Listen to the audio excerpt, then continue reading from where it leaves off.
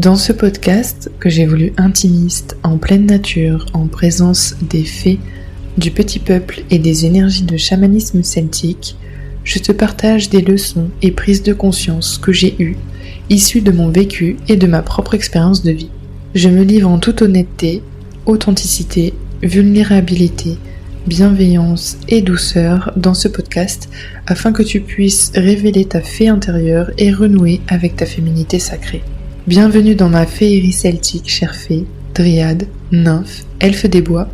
Dans cet épisode, j'aborderai la symbolique d'une infection urinaire, aussi appelée cystite.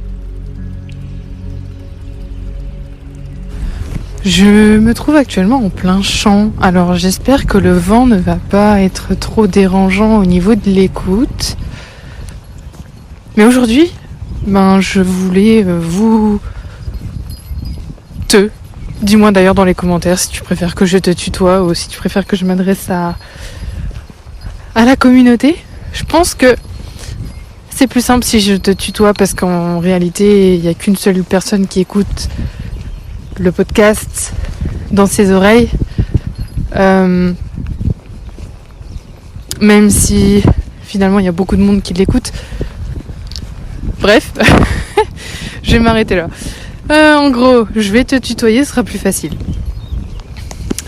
Donc en fait aujourd'hui, ce que je voudrais te partager, c'est mon expérience sur la cystite, donc l'infection urinaire, parce que du coup, je m'en suis tapé une grosse là, des suites du stress du coup,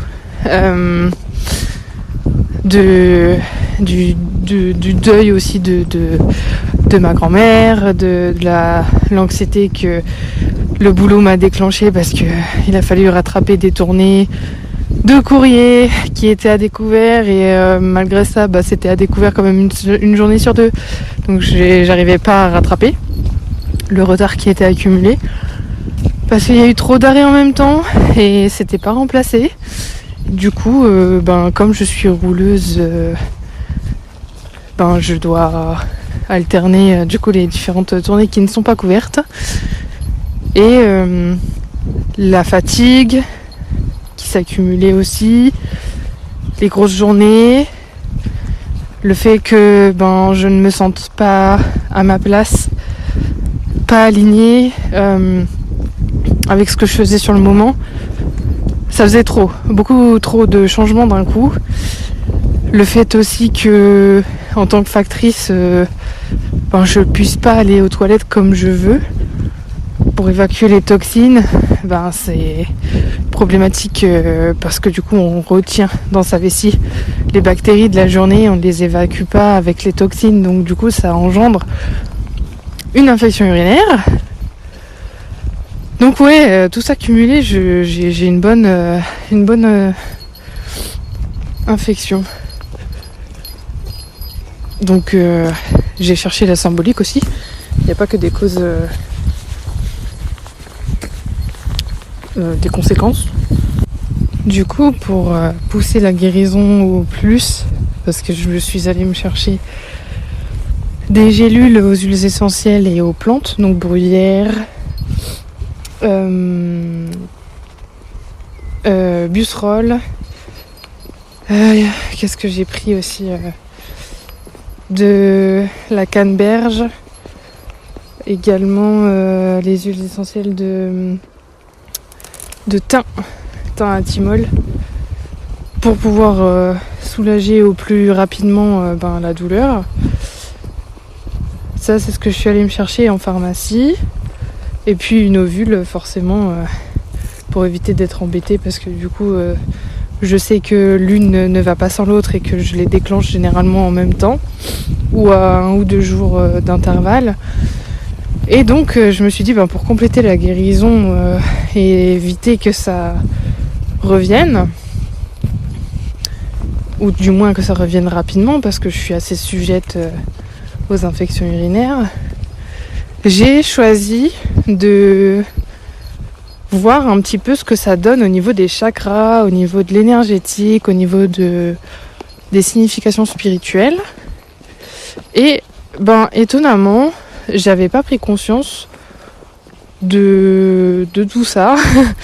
Et donc je me suis dit, ça m'étonne pas du tout que je déclenche une infection urinaire pile à ce moment-là.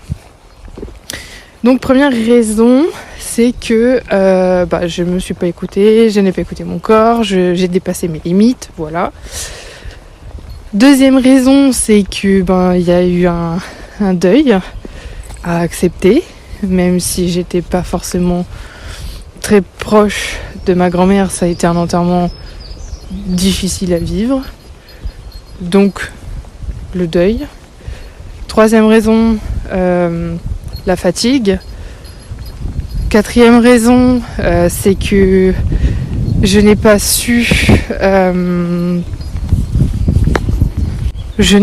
trouver ma place sur cette dernière semaine parce que c'est l'avant-dernière semaine de mai. Je reviens péniblement de 5 heures de trajet du suite du deuil. Je reviens un peu sur les chapeaux de roue parce que je découvre que ma tournée que je dois faire n'a pas été faite depuis 2 jours. Que le lendemain on me change, on me remet sur une tournée qui n'a pas été faite depuis 2 jours encore. Donc ensuite on me remet sur la tournée de la veille mais qui n'a pas été faite la veille, l'avant-veille, gros foutoir. J'étais un peu perdue, il a fallu que je cours énormément pour rattraper ce retard que je n'ai finalement pas réussi à rattraper réellement. Et donc je trouvais pas ma place sur cette semaine-là parce que j'étais sans arrêt chamboulée. Et ok, j'aime beaucoup le changement, mais là, ça faisait vraiment trop à gérer. Donc le fait de ne pas trouver sa place, c'est la quatrième raison qui du coup a déclenché cette infection urinaire. Et il me semble qu'il y en a une cinquième. Alors attendez, il faut que je me souvienne. Être déçue par la réalité parce qu'elle ne correspond pas du tout à mes attentes. C'est vrai que ces derniers temps, je me sentais clairement bloquée et je ne trouve toujours pas d'issue pour pouvoir changer cette situation.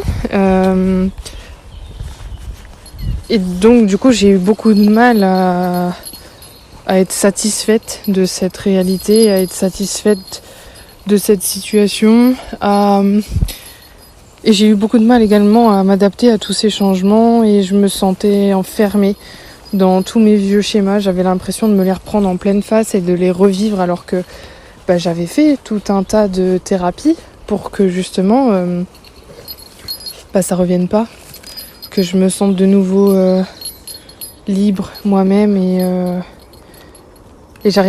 j'arrivais pas à être dans le présent, j'arrivais pas à prendre des décisions alignées avec moi-même, j'avais la sensation de ne pas réussir à tourner la page non plus, et puis tout ça, ça me faisait peur, ce qui fait que j'ai déclenché malheureusement cette infection urinaire et puis cette mycose vaginale. Donc aujourd'hui, j'en suis à mon 4e jour de traitement. Ça va mieux. Aussi parce que je me suis posée avec moi-même hier soir en journaling et que je me suis dit que c'était pas grave, que j'acceptais la situation, que ça me fait très mal, mais j'accepte la douleur, que ce n'est que passager, que je suis capable de me guérir. Et aujourd'hui, ça va mieux. J'ai quand même eu mal, mais je me suis dit, écoute, tant pis pour le travail. Tu vas pas être à fond, tu vas être très fatiguée de toute manière, puisque là, tu entres en syndrome prémenstruel. Et la semaine d'après, ce sera tes règles, donc... Voilà, mais tant pis, t'es pas au max, tu fais ce que tu peux, tu prends ton temps. Si t'as envie d'aller aux toilettes, tant pis, tu retournes au bureau, tu vas aux toilettes, ça te fait perdre du temps, mais là c'est ta santé qui est en jeu quand même. Tu vas pas t'amuser à perdre ta santé pour un travail dans lequel tu n'es même pas embauché puisque tu es en intérim. Et même si t'étais embauché, tu vas pas risquer ta santé pour un boulot. Le travail, tu n'es qu'un numéro, ils peuvent te remplacer très facilement. Alors que ta santé... tu ne peux pas la remplacer comme ça, tu peux pas te cloner. Donc, prends ton temps. Et fais-toi passer un peu en priorité, pense à toi, et ça ira mieux. Et du coup, j'ai également repoussé, refusé même carrément, d'aller à ma répétition de danse ce soir parce que je suis pas capable, je suis trop fatiguée, j'ai pas envie, j'ai juste envie de me reconnecter à la nature, de me reposer, de me coucher, de dormir, de passer du temps avec petit chien, enfin voilà. De manger beaucoup de chocolat, alors ça du coup je vais éviter parce que c'est pas bon du tout pour ma santé et que ces derniers temps avec tout ce qui m'est arrivé j'ai quand même englouti un pot de 300 grammes de Nutella à moi toute seule en une semaine. C'est énorme, je fais jamais ça, donc c'est énorme pour moi, c'est pas dans mes habitudes, donc j'ai beaucoup culpabilisé. Donc je me suis dit que non, c'était pas intéressant pour moi de partir dans des mauvais bails, de ne pas m'écouter, alors que justement l'infection urinaire est là pour me pousser à m'écouter, pour me pousser à respecter mes limites, parce que jusque-là, je les avais respectées, mais là, je les ai trop poussées pour mettre bien les collègues. Et du coup, je me dis non, en fait, parce qu'eux ne font pas d'efforts pour me mettre bien non plus, ne font pas d'efforts, même si je me dis que je suis pas là pour... C'est pas donnant-donnant, je suis là pour donner. Mais là, j'ai trop donné. Beaucoup trop donné. Donc, du coup, j'ai pas eu beaucoup de reconnaissance, donc je fais pas ça non plus pour la reconnaissance, mais là pour le coup en ayant un problème de santé qui arrive, je me suis dit non, en fait tu peux pas faire ça. Oh, c'est de la menthe. C'est bien ce que je me disais, mais du coup c'est incroyable, il y a plein de menthe. Ça sent trop bon. Charlie, roule-toi dans la menthe, comme ça tu n'auras pas de tic. Là, regarde, viens voir. Là, ça sent bon ça. Ouais, si vous avez des animaux, l'huile essentielle de menthe, ça repousse les puces et les tiques. Donc après, à voir si c'est possible. Je pense que c'est possible de les asperger, mais diluer, parce que s'il se lèche, ça risque d'être un peu trop fort pour lui. Mais voilà, petite parenthèse fermée. J'avais besoin du coup de cette reconnexion à la nature, et d'ailleurs j'ai prévu ce week-end après le travail d'aller à la récolte et à la cueillette de fleurs de sureau.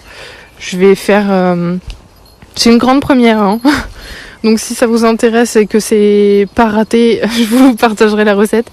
Je vais tester du coup de faire du sirop de fleurs de sureau, parce que j'en ai déjà bu une fois et incroyable, c'est incroyable. Je pourrais pas vous expliquer le goût parce que c'est indescriptible. Il y a rien qu'on connaît qui ressemble à ce goût, tellement il est incroyable, il est unique en son genre.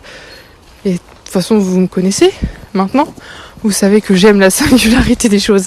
Donc voilà, je vais me lancer là-dedans. Ça va me permettre de me reconnecter à la nature, de me reconnecter à mon âme, à moi-même, d'avoir un instant de tranquillité, de prendre soin de moi, parce que il y en a besoin, hein, vu que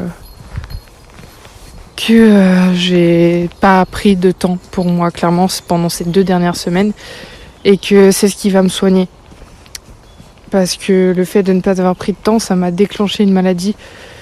Donc le fait de prendre du temps, pour moi, ça va me guérir cette maladie, puisque le mal a dit.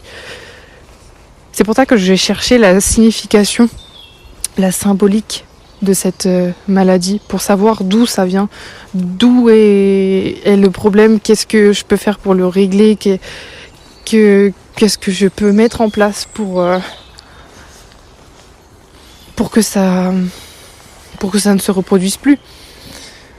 Donc ça sent le champignon. Tu sens, petit chien, ça sent le champignon. Donc voilà, je vais prendre du temps pour moi et pour petit chien. Et puis comme ça, je vais me guérir. Donc cet épisode prend fin de cette manière. J'ai pas plus d'infos. Si, qu'est-ce que je raconte ? J'en ai des infos. Sur mon compte Instagram, sachez que j'ai publié très récemment donc un carrousel sur la cystite, l'infection urinaire, comment trouver les signaux de la maladie, les significations de cette maladie, etc. Et donc, hormis le fait qu'il y ait l'infection bactérienne qui est due à l'Escherichia coli, il y a toutes les causes émotionnelles que je vous ai citées, donc le manque de temps pour soi, les limites qui ne sont pas respectées, l'anxiété, le stress, le manque de repères. Ah oui, j'ai oublié aussi les traumatismes liés au viol, aux agressions sexuelles aussi. Avoir du mal à trouver sa place aussi, que ce soit dans le travail, dans la société ou dans le couple. Avoir du mal à dire non, ça rejoint du coup les limites qui ne sont pas respectées. Le fait de retenir ses émotions aussi. Et du coup, par exemple, la colère qui n'est pas exprimée ou qui est refoulée. Et ce que je peux te dire aussi, c'est comment en venir à bout, comment soulager cette cystite, en plus du coup de ce que je t'ai dit, les huiles essentielles, les plantes, etc. C'est que l'important, c'est de bien s'hydrater, de boire beaucoup, d'aller fréquemment aux toilettes pour ne pas garder l'Escherichia coli dans la vessie et pour pouvoir évacuer aussi les toxines. De méditer par exemple pour limiter et diminuer son stress sur la journée, ou sinon pratiquer du sport pour relâcher un peu la pression et libérer les émotions. Le journaling qui peut être intéressant aussi, lâcher le contrôle en prenant soin de soi, prendre du temps pour toi, apprendre du coup à dire non, fixer ses limites. Qu'est-ce qu'on a encore comprendre ses blessures émotionnelles pour pouvoir les libérer. Donc ça, tu as le livre de Lise Bourbeau, les 5 blessures de l'âme, ou bien tu peux te faire accompagner par une thérapeute, naturopathe, psychologue, énergéticienne, kinésiologue, tout ça, magnétiseuse. Ensuite, soutenir ton système rénal avec des plantes adaptées. Te faire accompagner du coup si tout ça c'est difficile à mettre en place pour toi ou si tu en ressens le besoin. Et pour les questions de journaling que tu peux te poser, tu aurais par exemple, est-ce que je me suis sentie contrariée par quelque chose ? Est-ce que je me suis sentie mise de côté ? Est-ce que je ressens de la jalousie envers mes collègues, mes amis, ma famille, mon couple ? Est-ce que je me sens délaissée par mes proches ? Faut savoir que l'introspection, c'est très révélateur de soi-même. Et au niveau du coup des chakras, la sphère urinaire, elle est en lien avec le chakra sacré. Donc, méditer sur son chakra sacré, le rééquilibrer.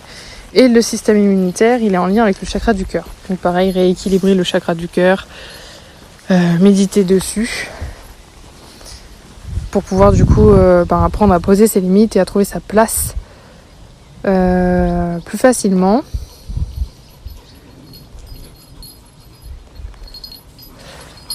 Et tu as aussi les fréquences hertziennes qui peuvent t'aider. Et si tu veux te reconnecter à la Terre et avoir une puissance de guérison, tu as par exemple la fréquence de base que émet la Terre qui peut t'aider. Donc c'est la 432 Hz. C'est la fréquence de la planète. Après tu as de la respiration abdominale. Et puis la danse aussi qui peut être un très bon moyen de libérer les émotions, les non-dits, le corps. Voilà, donc si tu veux, je te mets aussi le lien de ma publication dans la description.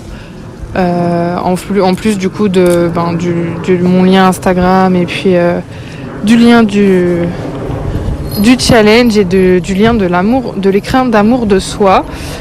Sache que tu peux bien évidemment te servir de l'écrin amour de soi pour te guérir, parce que l'amour de soi permet une auto-guérison, permet un équilibre, permet un apaisement et un réalignement également, puisque l'amour est une énergie extrêmement puissante. Et par l'amour, on peut changer énormément de choses. On peut se changer soi-même, mais en se changeant soi-même, il y a des fleurs de sureau magnifiques. Et en se changeant soi-même, on change toute notre énergie. Et du coup, en découle le changement positif de tout son environnement. Je sais que quand j'ai créé cet écrin de méditation, amour de soi, avec tous les exercices qui vont avec, j'ai eu énormément de plaisir à le créer et j'ai appris à m'aimer, j'ai appris à me regarder autrement. Et il y a aussi une autre pratique qui m'a aidée, mais ce sera l'objet d'un prochain épisode.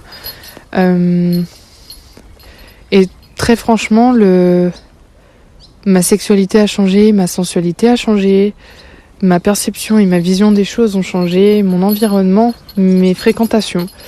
Et notamment avec les hommes, j'ai des relations beaucoup plus saines et sereines avec les hommes depuis que j'ai développé cette énergie d'amour inconditionnel envers moi-même et le monde, mais surtout le monde, même si j'ai encore des phases où le monde m'exaspère énormément et que j'ai limite plus d'espoir, mais je garde quand même l'espoir.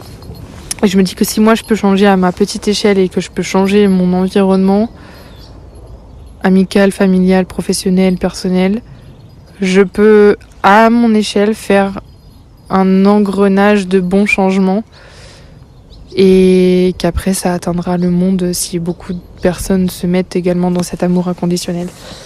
Donc, tu peux, je te conseille même de t'offrir cet écrin d'amour qui sera une révélation pour toi, parce que ce sera un écrin d'amour pour toi, mais également pour les autres, les personnes qui t'entourent, etc.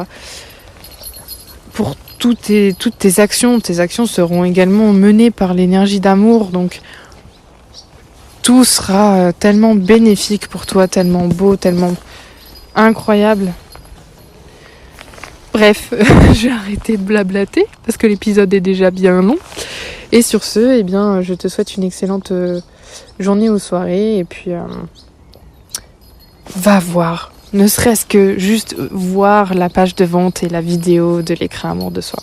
Très sincèrement, je suis sûre de moi et je sais que ça peut déclencher tellement de changements chez chaque femme merveilleuse, chaque fée incroyable qui compose cette communauté. Donc je peux pas ne pas en parler, c'est pas possible.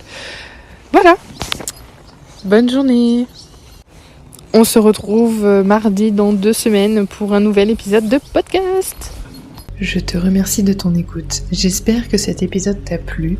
N'hésite pas à le noter avec les étoiles que tu juges nécessaires sur la plateforme d'écoute de ton choix, à me laisser un commentaire si tu veux me notifier de quelque chose ou me partager ton enthousiasme. Partage cet épisode à une fée dont tu penses qu'elle a besoin de l'entendre. Et sur ce, suis-moi sur mes réseaux pour plus de conseils et d'expériences de vie. Féeriquement, magiquement et celtiquement, à la prochaine!